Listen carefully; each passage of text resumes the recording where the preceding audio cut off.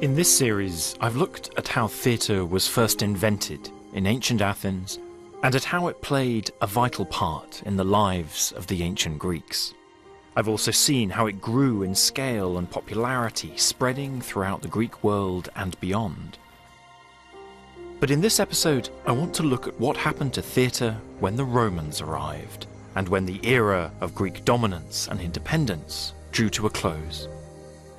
It's a story that is symbolised by a building that was constructed in Athens in the 2nd century AD, and which still looks proudly over the modern city.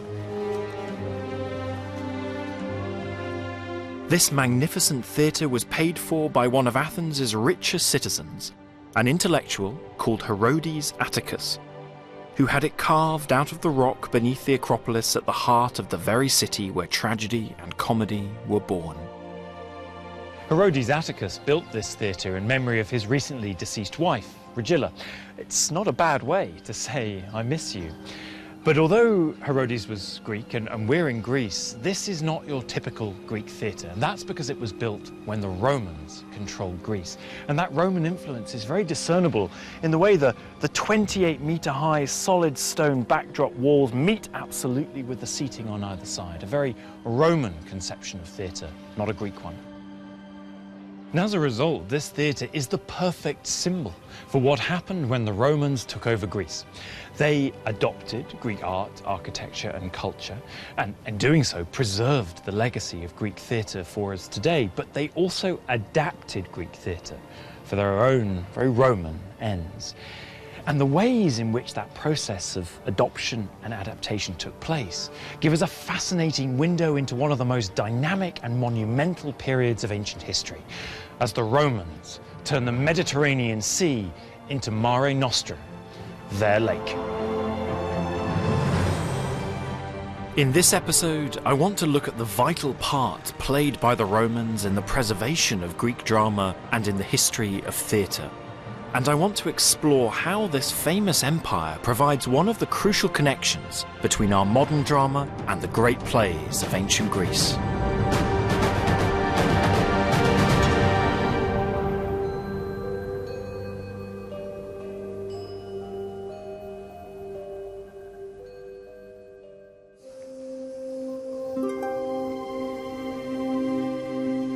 Drama, as we know it, was invented in Athens in the 6th century BC. At the very same time, Athens created the world's first democracy. One man, one vote. And the two came together in an explosive mixture. Year after year in the Theatre of Dionysus in Athens, the city put on tragic drama and comedy for an audience of citizens. Plays like Oedipus the King, The Persians, Antigone, and the Bacchae told savage stories of murder, violence, and incest drawn from myth and legend, while comedies like Birds and Lysistrata mocked daily life in Athens through bawdy humour, absurd fantasy, and political satire. All of these plays were more than just stories. They unlocked issues of justice and loyalty, war and peace, vengeance and compassion, all issues the audience had to think about as active citizens in a democracy. For a century, theatre and democracy had helped to bring Athens to a peak of political and cultural dominance. But after 400 BC, defeat in war destroyed the city's power and independence. Democracy slowly gave way to autocratic kings like Alexander the Great. But despite this, theatre continued to prosper, spreading far and wide across the Greek world and throughout the empire built by Alexander.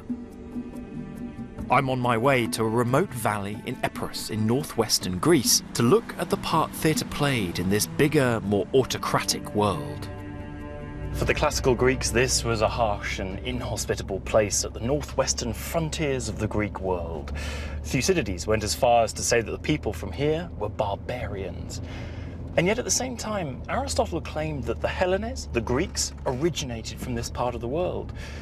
In many ways, it was that curious ambiguity that was this place's main attraction.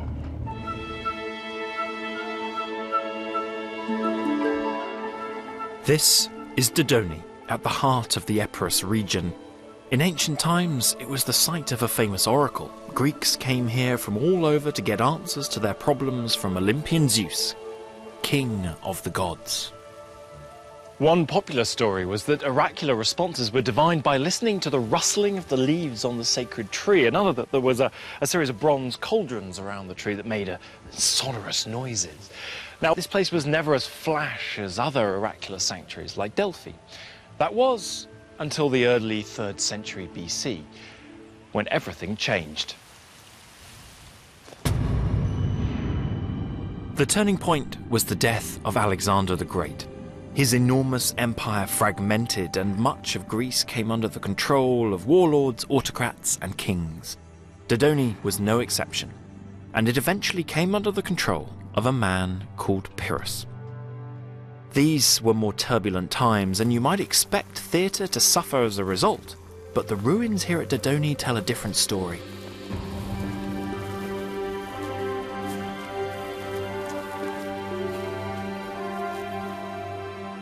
This spectacular theatre could hold at least 20,000 spectators. It was part of a huge building programme instigated by Pyrrhus and was the centrepiece of a grand new annual festival. Pyrrhus was a classic warlord from the time following that of Alexander the Great, to whom he was related. He was not a democrat, he was an autocrat, the kind of guy who had his co-ruler murdered. But in building here at Dodona this theatre and the athletic tracks and setting up the competitions and festivals, Pyrrhus gave a concrete centre, not only for the new alliance that brought Epirus together, but also a concrete demonstration of his own personal power. The very architecture of this theatre, its retaining walls, look like Hellenistic fortress towers. And by doing all this, Pyrrhus put Dodona, Epirus and himself on the map as players in the wider Greek world. Rather than taking a back seat in the rivalries and conflicts that beset Greece, theatre had become a tool in these power struggles. It was a symbol of power and prestige.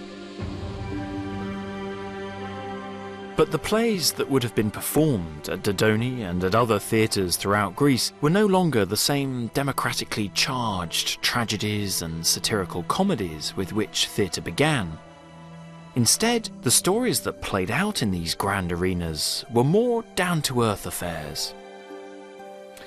As Athens' power waned, its brightest star was the comedian Menander, whose universally acceptable and enjoyable situation comedy meant that he and his plays debunked Athens' decline and spread throughout the now much wider Greek world that went all the way into Asia, and whose epicentres were now not in central Greece, but in places like Alexandria in Egypt or Pergamon in Asia Minor. Indeed, what we have of Menander today has survived to us because it was written down on papyri in desert places like Egypt. Which is what makes it all so frustrating that today, despite his incredible popularity in the ancient world, we only have one complete surviving play of Menander. That is until recently, because now we have enough bits and pieces of a second to put its plot back together. It was called The Woman of Samos. The woman of the title is a prostitute called Chrysis. She has been invited to live with her lover, Demeas, and his son, Motion, in Athens. But while Demeas is away on business, Motion gets the girl next door pregnant. When the child is born, he gives it to Chrysis to nurse, hoping to keep it a secret until a marriage can be arranged. But when Demeas returns, a series of misunderstandings lead him to believe that his son and his courtesan have been having an affair. Comedy and carnage ensue, but eventually the play ends well with Motion's wedding and the reconciliation of Demeas and Chrysis. It's very much a domestic comedy and a comedy of manners playing on stock characters. You've got the courtesan who's actually very good-natured, you've got an angry old father and the misguided young man who's trying to get married, and the cook, the usual crowd. It's about a family, it's got a love story in it, of course, it's about a couple who are eventually going to get married one way or another. I think it transfers very well culturally. It's a comedy of errors, and these always work, no matter where you are. Plays like this pulled in audiences from Afghanistan to Marseille throughout the wider Greek world and what had once been Alexander's empire. And nowhere were they more popular than in the Greek colonies of Italy and Sicily. Rich, cultured and powerful, these Greek settlements were the opposite of a colonial backwater. They were the equals of any Greek cities anywhere. They were a byword for luxury and style, and they adored theatre. One of the most enthusiastic was here, the city of Syracuse in Sicily. Syracusan patrons had invited the great Athenian dramatists Aeschylus and Sophocles to perform their plays here, and Syracusan dramatists had written and produced plays back in Athens and even introduced their own native form of drama, mime, to the great city. The success of theatre here in Sicily demonstrates the pulling power of Greek culture in the ancient world. Greek drama, architecture, vase painting and sculpture were an intoxicating attraction. They were the height of sophistication. And in 282 BC, the wealth and culture of the Greeks in southern Italy and Sicily attracted the attention of a new power, Rome. It was at the Greek city of Taras, now Taranto, that the Romans first forced their way into the Greek landscape. The people of this city found themselves attacked from the sea by a Roman fleet.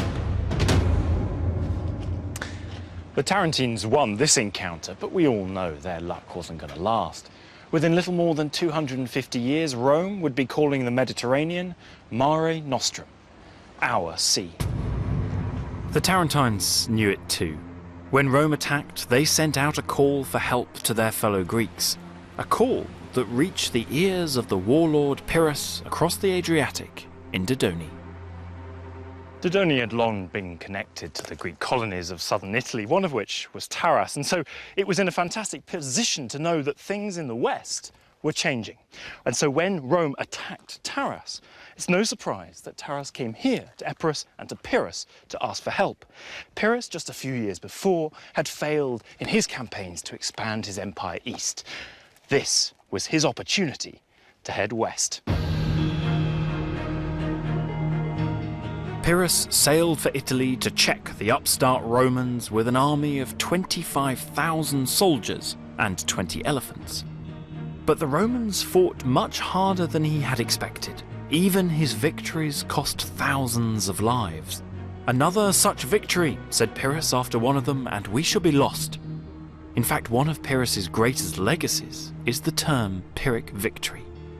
A victory won at too great a cost to be worthwhile. In the end, the attempts of Pyrrhus and the Greeks to withstand the Romans failed, and when Pyrrhus returned to Greece to expand his domains elsewhere, he was killed in a street fight and his empire collapsed like a house of cards. When news of Pyrrhus's death reached Taras in 272, the death of a commander Hannibal thought second only to Alexander the Great, the city capitulated. And it was the beginning of the end. By the end of the century, most of the Greek cities of Italy and Sicily were under Roman control. And when the Romans took Taras, they didn't just take its buildings, they took its people. And that, according to one source, included a playwright. Theatre was about to enter the Roman bloodstream. And it did so as part of a wider Roman desire for all things Greek. When we think of the Romans, we think of the grandeur of empire and the glory of Rome, which are expressed here in the Forum, the teeming centre of ancient Roman public life. But when Rome first conquered Taras, it had not yet become the centre of a mighty empire. It was a city-state, a republic on the hunt for power and prestige. And one of the ways it could get it was by absorbing the cultural achievements of the conquered Greeks, including architecture, literature, and of course, drama. We've become so used today to seeing Rome as the eternal city, the imperial city, powerful, solid, undisputably in charge of all they survey. But of course, we first need to dial ourselves back to the very origins of this place, to when it was a pugnacious republican city dominated by rival clans, fighting to gain that supremacy and that power. Not far from the Roman Forum, in the Lago Argentina, 20 feet below the city streets of modern Rome, you can see how this upstart Roman Republic worked, and how it responded when it brushed up against the Greeks, the cultural champions of the ancient world. Today, when we look around Rome, we're seeing mostly imperial Rome, we're seeing, the eternal city. How would you sum up to someone what it was like to be in Rome during the Republican era? If you can imagine a large mafia which doesn't use violence between the rival clans and is also the state, and also has a clientelistic relationship like the mafia with the people low down. That sense of the power of the individual families, their competitiveness, their sense of personal honour, the ease of front, and the vast amount of fixing and the money that comes out of it. I think those things are all something that would strike a Greek visitor. For these Romans, the conquest of the Greek cities in Italy made Rome a city that mattered, and incorporating aspects of Greek culture was a great way to show it. Are there elements of the Greek world and of Greek architectural styles and art that we can see within Roman building as well? Yes, things that aren't here anymore, the cult statues, things like that were very Greek. The orders, the Corinthian order, Doric order, Ionic order, but also if we can see over there, I don't know, they understand that Greek temples have to glint. Right. They understand that they're made of white marble. You can see this local brown, rather crumbly stone, the tufa. They understand that doesn't look like Greek temples. If you look on the columns over there, just the remains, the white stuff, that's stucco. It looks rather like large amounts of chewing gum. But actually it's stucco, which is meant to clad this brown tufo stone. And when you polish it, it shines. It's got little bits of ground up mica and marble in it. And so it gives that effect that you would see if you went to Greece or Sicily and saw a full-on marble temple. So are these the Romans trying to compete with the extraordinary examples of Greek architecture, or is it to sort of show that they have somehow taken over the mantle and incorporated them and are better than? I mean, is it... I think initially it's competition. I think they opened their eyes to what can be done, what should be done. You want a proper city with proper houses for the gods which properly commemorate your relationship with them. That's how you do it. As we pass later towards the end of the Republic, it becomes a discourse of dominance. So that's saying we've taken it, we've conquered it, we've earned it, and now we're doing it bigger and better. And one of the things that gets inserted into that mix in the mid-3rd century is theatre, is Greek theatre and Greek playwrights. What does theatre offer, and why is it taken up? I think it offers something sophisticated. So there's clearly an appreciation that there's a superior culture which manifests in this way, in the sense that this is how a community ought to behave. It ought to have these sorts of ways of expressing itself. Very important in the Roman context, as in the Greek context, that these are plays staged at religious opportunities. And like this temple, the plays are another acquisition of empire. Some types of poetry and drama did already exist in the Roman world, including forms of farce, mime, and religious performance. But soon after the capture of Taras, the Romans started staging plays. These plays were put on at religious festivals and relied heavily on Greek stories and the Greek style. The man who wrote them was called Lucius Livius Andronicus. Sadly, only fragments and titles of his work survive, but they paint an intriguing picture. Livius Andronicus was not a Roman, but probably a Greek, potentially a slave, and according to some sources, from the Greek city of Taras, the very city that the Romans had captured in battle. And yet, some of the greatest writers in Roman history call him the father of Latin literature. He began, it was said, by translating Greek texts into Latin for use in schools, and his own tragedies had the names Achilles, Ajax, the Trojan horse. And as the Roman poet Horace put it 2 centuries later, captured Greece, captured her uncouth conqueror, and brought the arts to rustic Latinum. But it was never going to be such a straightforward story of Roman indebtedness to Greece. Livius Andronicus marks the very beginning of Roman engagement with Greece and Greek literature. And the key thing is that his plays are in Latin. Unlike other Mediterranean communities, the Romans didn't just import Greek theatre whole. They adapted elements of Greek drama, but they created their own new plays from scratch in Latin. Sadly, very little of what was written has survived, and what has is comedy. The first author whose plays survive to us in full is an ex-stagehand from Umbria called Plautus. Now, all his comedies are based on the Greek model, that of Menander. In 1968, a papyrus was found with a play of Menander on one side and a play of Plautus directly opposite. And all of Plautus's plays are set in Greece, usually in Athens, and there's lots of Greek borrowings into the Latin, but all of this is not because Plautus thought the Greeks and Greece were wonderful. It's because he thought they were funny. Plautus's comedy is full of ridicule for Greece. His plays are lewd and bawdy, and comedies like The Ghost show stupid Greek citizens being outwitted by their scheming slaves. In Plautus's play, The Ghost, Philolaches is a no-good son who's having fun while his dad is away, and their slave Tranio is helping out. But when the dad suddenly returns, Philolaches panics, and it's up to Tranio to save the day.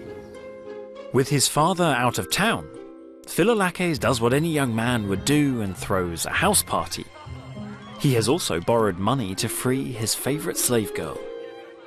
The drinking is in full flow when his father returns, but Tranio moves fast. He locks the revellers in the house and tells Philolaches' father that the house is haunted. Through his quick thinking, he buys enough time for the revellers to escape and for the money Philolaches owes to be repaid. Now, that's a pretty similar plot to Menander's Woman of Samos, for example. Somebody leaves, things happen in their absence, and chaos ensues when they return. But what's different here is that it's now the Greeks who are the fools. It's the slave who saves the day. Plautus has completely turned the tables about who has the last laugh. The fact that the Romans were watching plays about Greeks and were laughing at Greeks has given scholars an interesting insight into both the ambitions and boundaries of Roman society. You have a situation where you have ostensibly Greek characters living in Athens, expressing the ambition to Greek it up or live like Greeks. And one of the things that is reflecting is the Roman obsession with Greek luxury as a form of wish fulfillment. So it reflects the way that Roman society is becoming more Greek and more luxurious. This is an idealized form of Hellenism. And it's also in some ways a very comic form of Hellenism that is about as Greek as, say, the version of Germany and France in Allo Allo is either French or German. But it's interesting, isn't it, what Greeks are not in Roman comedies. So Greeks are not sort of dynamic, macho, sort of heroic figures, are they? They're generally sort of foppish, aristocratic, sort of rather clueless figures. And there is obviously more general freedom allowed to the poet in the characterization if they're dealing with Greek characters, and you can have relationships that you don't have in Rome. You can have slaves doing things that would not be allowed in Rome. One of the things about comedy is set in ancient Athens, Aristophanes, is that it pokes very bitter, very pointed fun at Athenians sitting in the audience. Could the Romans laugh at themselves in the same way that we understand the Greeks to have been laughing at themselves? You do get references to Romans in Roman comedy. So, for example, there's a line where a character is said to be smellier than a group of Roman rowers. So, yeah, I mean, you do get this mockery of Romans, but it's always displaced into the mouths of non-Romans, mocking Romans for being barbarians. And as the Romans took over the domestic form of comedy, there is no direct political jokes as we have in Greek old comedy, where politicians are more or less directly named and portrayed.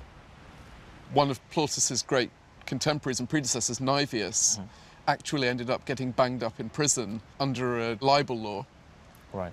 Specifically for having made jokes at the family of the Metelli. And therefore the type of humour about families or individuals that Aristophanes was able to indulge in is very much impossible for a comic writer such as Plautus. Mocking political leaders on the stage had been fine in Athens because it was a way of keeping the democracy in check. But Rome was ruled by powerful aristocrats, and mocking them would have been a difficult and dangerous game. For the authorities in Rome, controlling the story was paramount, and this helped to give birth to a new kind of drama, a drama that is reflected in the spectacular monuments to Roman history that still litter the city. One of the most famous structures of this kind comes from the time of the Roman Empire. It's called Trajan's Column. This is one of the most famous landmarks in Rome today, known because of the way it tells a visual historical narrative spiralling up the columns, that of Emperor Trajan's military campaigns. But this interest in telling the story's historical narrative goes right back to the roots of Roman culture. And in the 3rd century BC, the Romans actually created their own form of drama that mixed tragedy with reality, with historical narrative, telling the stories of some of their most famous adventurers.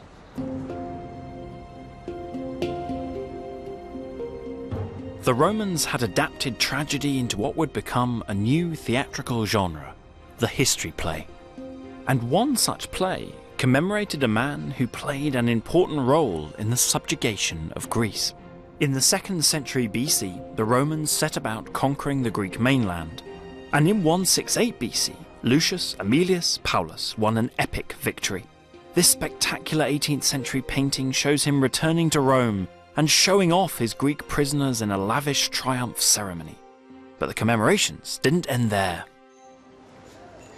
As part of his victory triumph following the subjugation of the Greeks, Aemilius Paulus commissioned a historical narrative drama, and its title was Paulus, and it told the story of Paulus's triumphant campaign. He clearly agreed with the Roman maxim that virtue deserves praise. And was it any good? Well, the problem is we've only got 4 lines surviving. One describes, we think, the march of the Romans to Olympus. Another is a snatch of prayer before a battle. The third is a line about spears flying. And the fourth quotes an unlucky Roman calling for help. And that's it. We can tell that the author Pacuvius's Latin is both elegant and educated, but if his other plays are any guide, it's likely that this one ended not with a question for the audience to consider or a moral dilemma for them to wrestle with, but with a sense of a world restored from disorder. A triumph. This kind of play was very different from Greek tragedy, but the development of this new drama is one of Roman theatre's greatest legacies. Part of the problem in Greece, in Athens, when they're experimenting with tragedy at the beginning of the 5th century, is that actually these history plays can be a bit too close to the bone. So there's an example of a playwright who actually gets fined because of doing a tragedy on recent history and getting it wrong. He makes the audience feel terrible about how they didn't help out their allies, and they don't like it. So they fine it, and that play is never performed again. With the Romans, I think there's something slightly different going on with it. They really want to commemorate their victories, and actually by doing this culturally, this is part of conquest, that you're saying, look what we've done, we've got this is our genre, and we're celebrating our own victories through it. You have to think about the performances in the context of all the other performances that are going on. Triumphal processions, maybe gladiatorial spectacles, where you're literally bringing everything to Rome to show off about your conquest. And this is really an extension of that. By 150 BC, Roman theatre had come of age in the service of Rome's governing elite. It had its own political dynamic and purpose. And it included writers who have entered the canon of Western literature.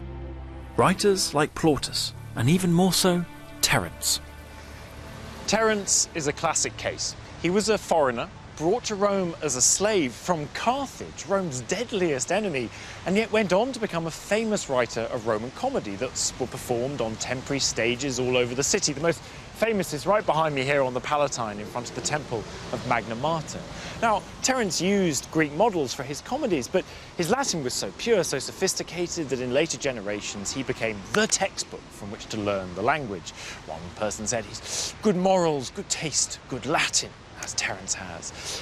So this is no longer Roman comedy borrowing, begging, stealing Greek models.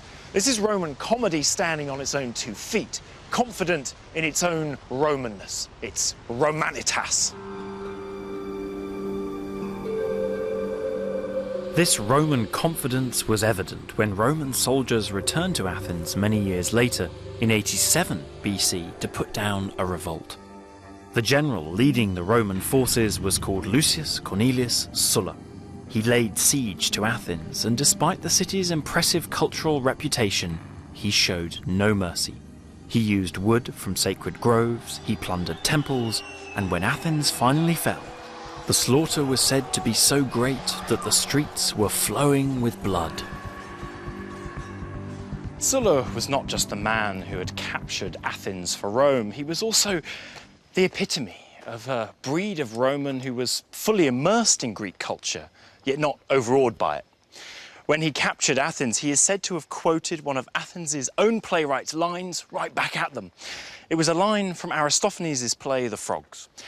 First learn to row before you can steer. And in that one line, Sulla had brilliantly taken 2 of Athens' most treasured accomplishments in all of history, the theatre and their supremacy at sea with the fleet, and combined them into one of history's perhaps most sarcastic put-downs. The Athenians were forced to eat their own humble pie. Ouch. The Romans had succeeded in making drama their own, but it didn't play the same role or have the same status that it had had in Greece. I want to find out more about the differences between these 2 societies, and I think that the different designs of their theatres could be a good place to start. The ancient Greek world was littered with monumental theatres, many of which survive to this day, evidence of Greek architectural skill and ambition. To harness and contain the emotional power of their plays, the Greeks had developed very special places for performance. Their theatres were open spaces, easy to get into and out of, and usually with views over the stage to the landscape beyond. They were part of the landscape and part of the community, both religious and political. This theatre at Epidaurus is probably the most perfect example to survive. Even today, visitors here respond. There's something I notice every time I come to this theatre, and that's whatever nationality, whatever language, whether you're a show-off or a recluse, everyone is drawn to the very centre of the stage. Now, partly I think that's to do with the visual sightlines of the theatre all meeting here and the perfect acoustics which make this such an extraordinary experience, but I think there's an honesty and a nakedness to the design of the Greek theatre and its stage that allows the audience to empathise more easily with the performers. And as a result, the very design of the Greek theatre builds on what all the religious rituals that happened beforehand were trying to do, to eliminate the gap between them in the audience and us on the stage, to create not 2 different entities, but one body. This same design was used all over the Greek world. But in Rome, theatres were very different indeed. To begin with, there was no permanent accepted venue. Terence and other writers had to perform their plays on temporary stages, in places like the Forum, or in a sanctuary, or here in the Circus Maximus, more usually used for chariot races. Reconstructions by modern scholars following ancient depictions like that in the House of Livia in Rome revealed that these structures could be very lavish indeed. But I want to know what their temporary nature tells us about the role of theatre in Roman society. You can see temporariness as a form of popular control. The Senate pays for the dramatic festival every year. Somebody pays to have the stage put up.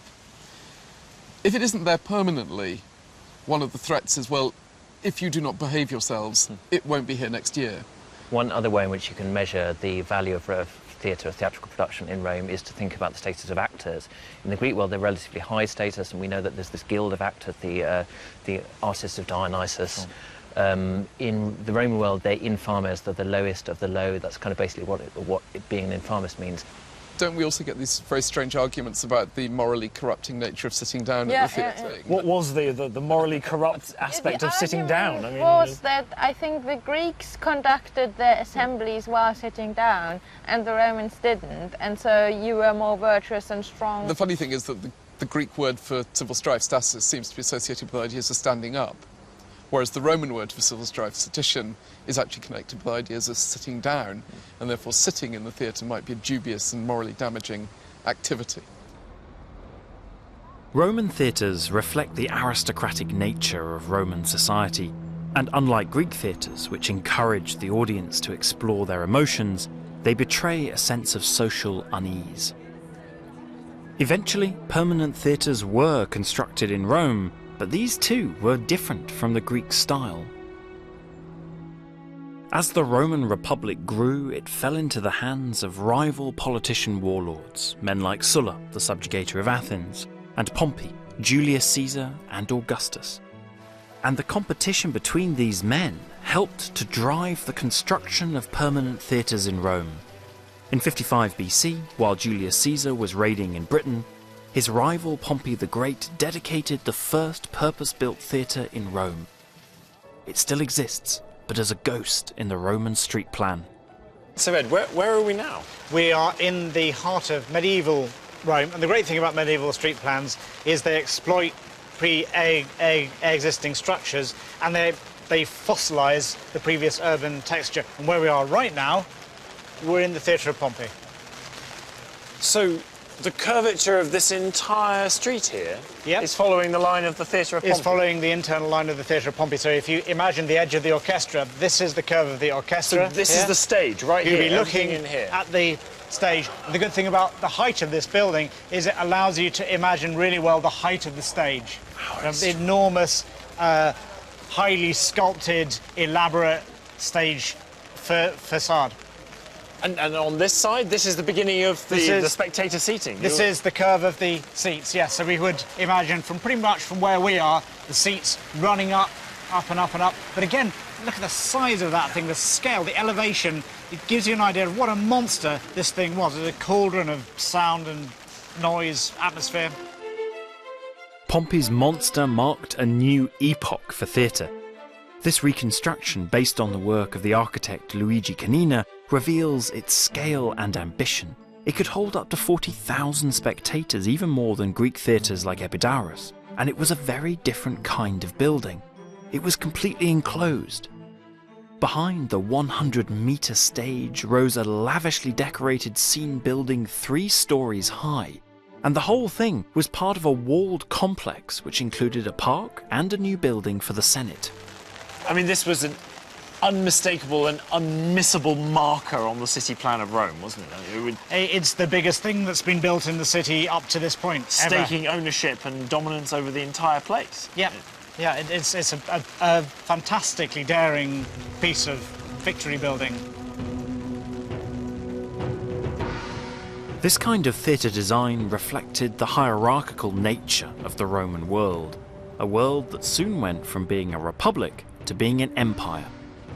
This theatre, the Theatre of Marcellus, was built by an emperor, the Emperor Augustus. It's a structure that still evokes a sense of power, order, and control. Where you had once enjoyed theatre in a public open space, this was a permanently enclosed building. And unlike Greek theatres, where people arrived all together at this theatre, people entered through a large number of separate, narrow entrances, because Roman leaders had a fear of large crowds. After that, stairways took you into different levels of the theatre, which were assigned to people of different social classes. Senators in the best seats, and the plebs at the top. In the Greek world, theatre was an inherently open and socially risky process, but here in the Roman world, a risk just isn't part of the calculation. This became the archetypal model for Roman theatre spreading out across the Mediterranean, and it didn't just keep people in order in their seats. The stuff that was being put on the stage was also increasingly anodyne as well. And at the end of the day, that was all due to the man who was responsible for pretty much everything we can see here, the Emperor Augustus, and his plan for peace and harmony.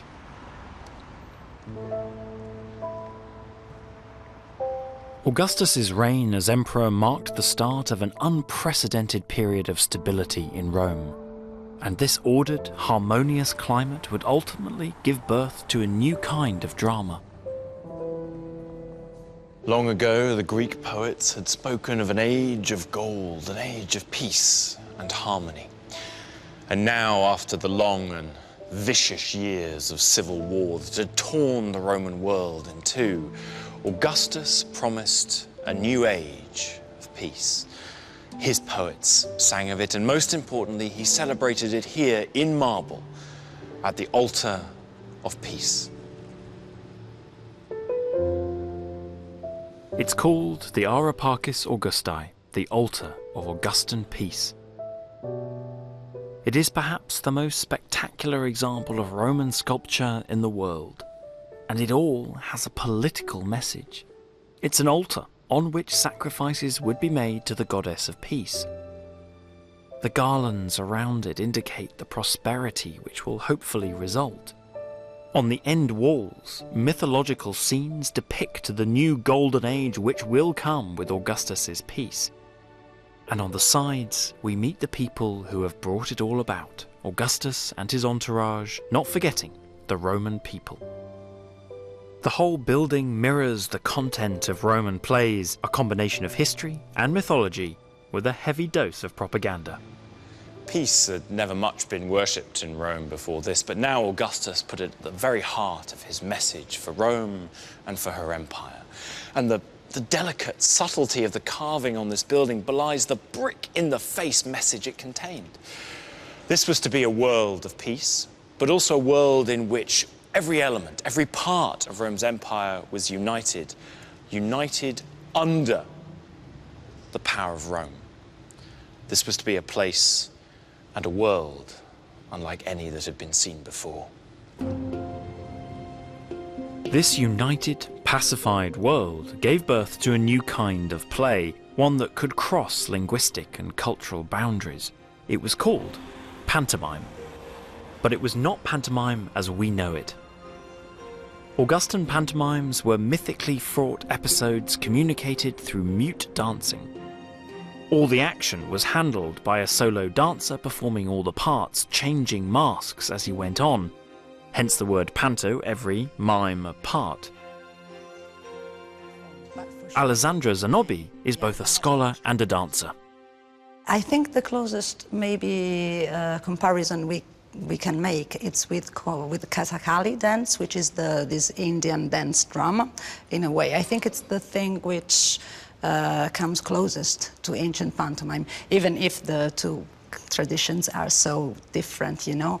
But this combination of story, words, gestures, movement, it's something so special that not even opera maybe could be compared. The story, there is a story sometimes, but the story is really inferred just from the movements. So we're talking about the dancer would be mute, but there would be a storyteller alongside. Is that right? Basically, the dancer was mute. He wore a mask, a beautiful mask with a closed mouth, and it would be backed by a choir or a singer, and or were singing the words of the story, and then a large orchestra usually used to accompany the dance. So you can imagine the impact must have been really powerful. It's quite a spectacle. Yeah, a big spectacle.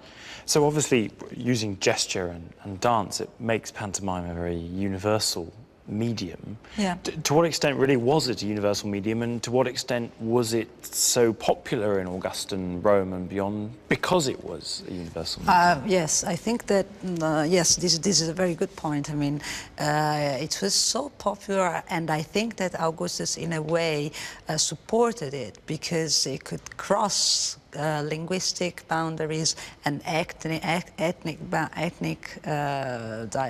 boundaries as well, and so it embodied, in a way, Augustus' ideology of a world pacified and united under his reign. Pantomime was something that could be enjoyed by everyone, and as a result it was a fantastic symbol for the Augustan cultural program. Uniformity for all. it's also a sign of a shift away from serious drama towards mass entertainment. In ancient Rome, theatre had always had to compete directly with other entertainment spectacles like gladiatorial combats. The playwright Terence complained that on one occasion half the audience left when they heard that a rope dancer was performing next door. Now, in the age of empire, lavish public entertainments were used to augment the power and status of the emperors, and the desire for this kind of spectacle increased.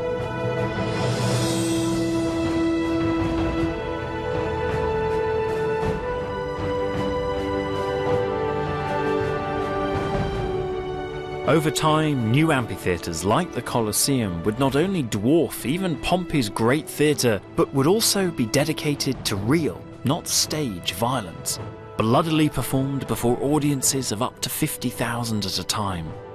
With spectacles like this to see, performances of plays would dwindle and drama would become more of a writer's medium. But not before Latin drama had one last hurrah in the reign of the Emperor Nero. Nero today is not remembered for many good things, but from our perspective, he was not only a Hellenophile, a man who'd visited Greece, competed in the Olympic Games, he was also a lover of the arts. Cultural life during his reign was thought to be extremely important and flourished. Indeed, it's Nero's time that sees one of the last real flowerings of Latin literature. These included a number of plays written by Nero's tutor, Seneca. Seneca wrote 9 tragedies which retold stories from Greek myth. Thyestes was one of Seneca's Greek-style tragedies, and comparing it to an original Greek tragedy gives us a fascinating insight into just how far drama had come, and into the differences between the two great cultures of Greece and Rome. The twin brothers, Atreus and Thyestes, are rivals for the throne of Mycenae. Thyestes has been banished after seducing Atreus' wife, and Atreus, thrown into a violent rage, concocts a cruel and bloody revenge. He lures Thyestes back to the kingdom with false promises of peace. Then he brutally sacrifices Thyestes' children.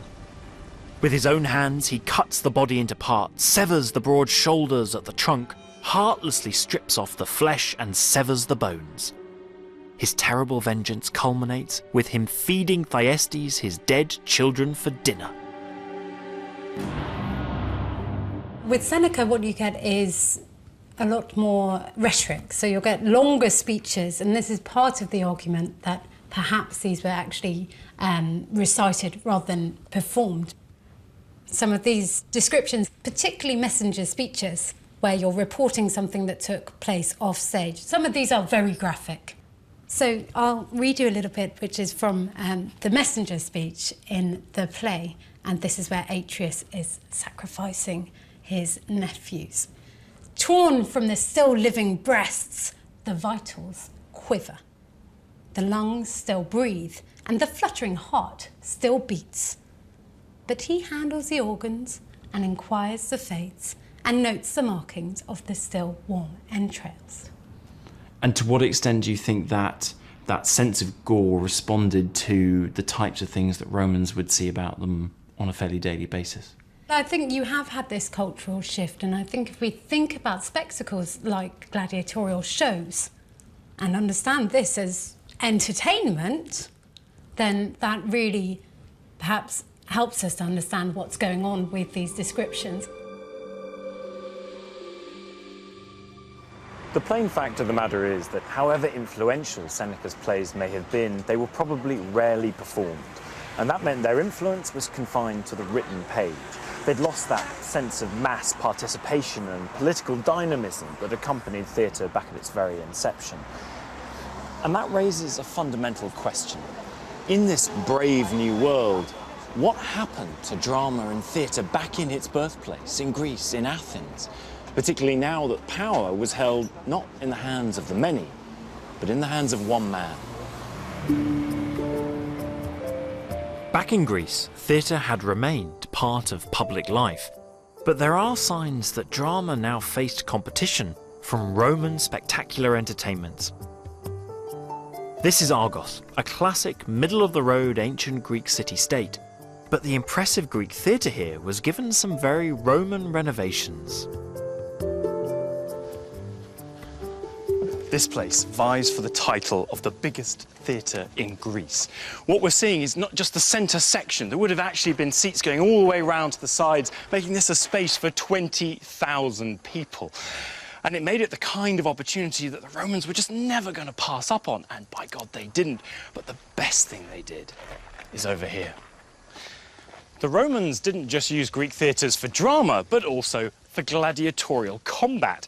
And that led to problems, because here in the first reserved row, where all the religious officials sat, gladiators kept falling over and dying on them. So the Romans came up with a solution. And here it is. These large potholes that run all the way along the front row were used for large wooden posts, along which could be strung nets. And these nets would keep out not only dying gladiators, but also the wild beasts that the Romans brought onto the stage. And if you've ever seen a bullfight, you'll know how necessary these nets are. Frankly, I think I'd prefer a seat a couple of rows back. Now, the man responsible for all of this was the Emperor Hadrian. And he came to Greece in the 120s and not only built an enormous aqueduct that was able to then bring water to this perpetually dry city, but as a result, he was able to build the massive baths behind me, and of course this theatre here as well. Now, Hadrian's family was Italian, but had been living in Spain for a long time, and yet he was a lover of all things Greek. He had a beard, he liked Greek philosophy, he had a Greek lover called Antinous, and it was here in this theatre that he established a cult in his honour.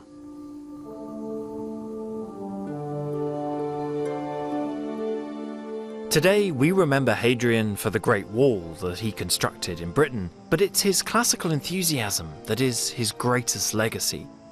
And nowhere benefited more than Athens, the city which had given birth to theatre half a millennium before. Hadrian's aim was to restore Athens to what he saw as its ancient cultural glory. He even managed to finish their gigantic temple of Olympian Zeus, started nearly 600 years before. Hadrian pulled out all the stops for Athens. That went from building temples like this to intervening in the olive oil trade to laying down the water pipe system that Athens in part still depends on today. Not for nothing was Hadrian given the title Graeculus, the Greekling. Hadrian also made improvements to the theatre of Dionysus. Whereas his predecessors had staged gladiator fights in the theatre, building a wall in front of the seats to separate the action from the spectators, Hadrian attempted to reinforce its dramatic origins by adding an elegant frieze to the stage building. A little later, a new theatre was constructed by the tutor of Hadrian's children, Herodes Atticus.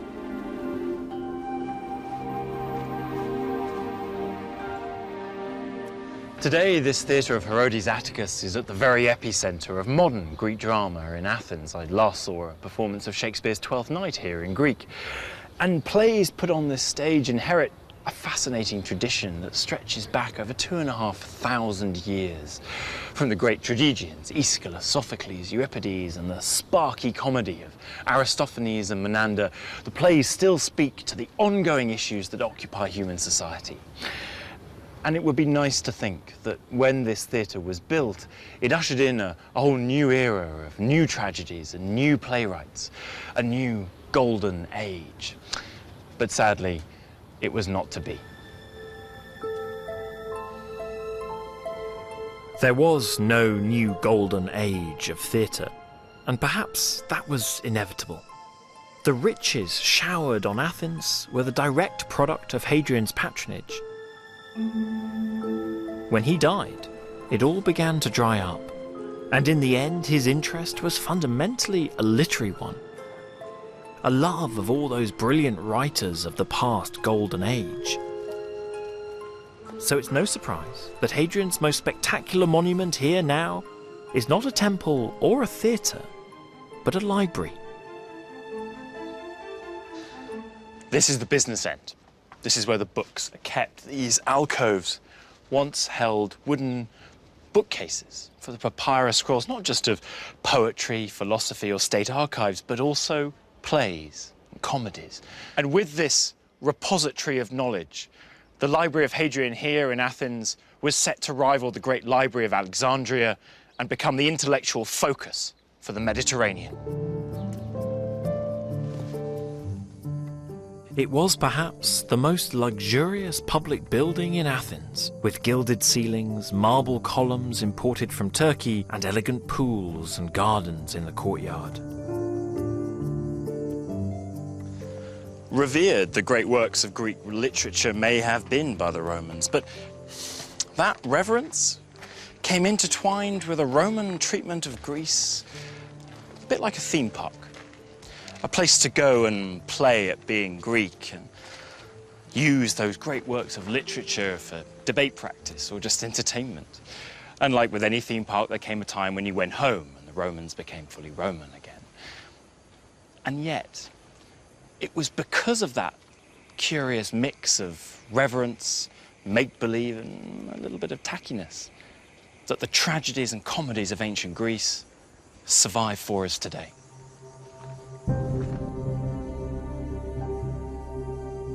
I'm returning to what has become my home from home, the British School at Athens. It's the nerve centre of British archaeology in Greece, and it was here I decided not just to study ancient Greece, but to make it into my career.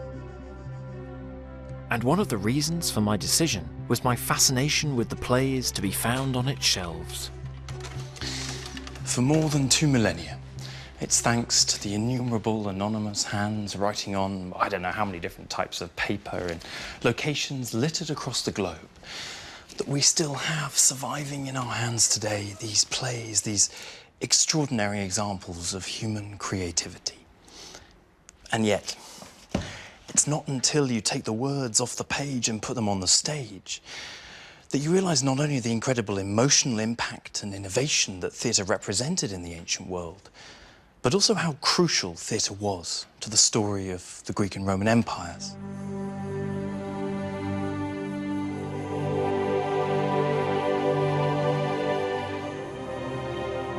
Ancient Greek drama began as an astonishing innovation in a revolutionary world.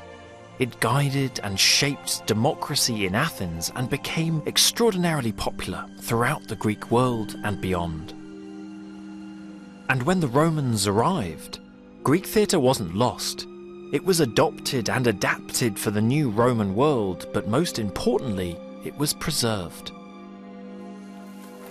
The influence of Menander and of Roman playwrights like Plautus and Terence can be seen in the works of Shakespeare, Ben Jonson and Oscar Wilde, not to mention in modern dramas, romantic comedies and in sitcoms.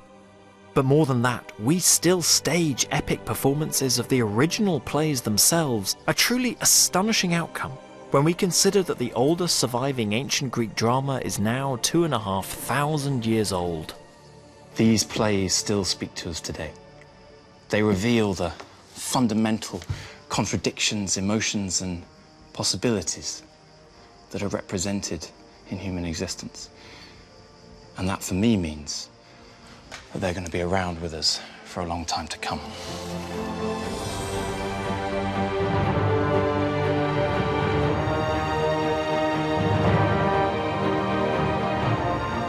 Join the Open University as we explore the connections between Greek theatre and modern-day democracy. Go to bbc.co.uk/ancient Greece and follow the links to the Open University's free learning website.